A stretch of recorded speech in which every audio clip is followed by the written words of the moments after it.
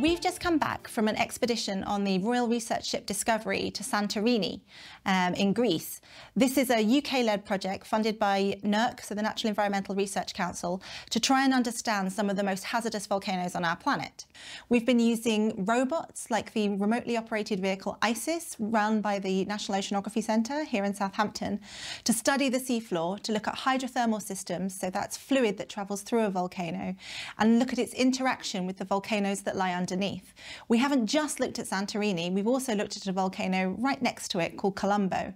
Now, a lot of people don't even know that Santorini and Columbbo are there or that they're volcanoes, but they're actually some of the biggest volcanoes that we have on our planet.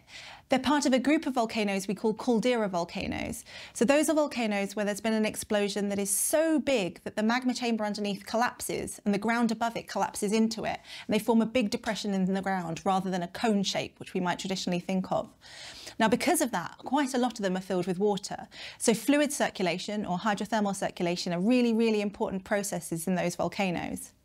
This area is particularly interesting at the moment because they've had a seismic crisis. So there's been a lot of different small earthquakes of different types that have occurred that we wouldn't normally expect to see. This has happened before in 2011, and this was quite an interesting time to be there because it allowed us not just to look at the main project objective, which is how hydrothermal systems interact with volcanoes and make them more or less explosive, but also to look at how earthquakes impact magma systems as well. So do the earthquakes cause a change in the hydrothermal fluid flow or the magmatic systems that feed volcanoes, and do they change the hazard associated with the volcanoes? Now, it doesn't look like they do, and there's absolutely no evidence that either of those volcanoes are going to erupt anytime soon.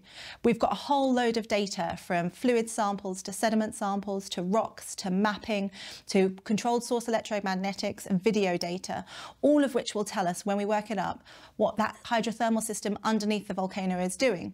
So we should be able to map out the hydrothermal system in 3D, we should be able to look at its interaction with the magma chamber, and we should be able to look at the composition of the fluids which tell us about what's going on underneath the volcano. Hydrothermal systems provide a real window into volcanic processes, so by looking at this data and by working it up, we can hopefully understand exactly what's going on underneath those volcanoes and the hazard that they'll pose in the future.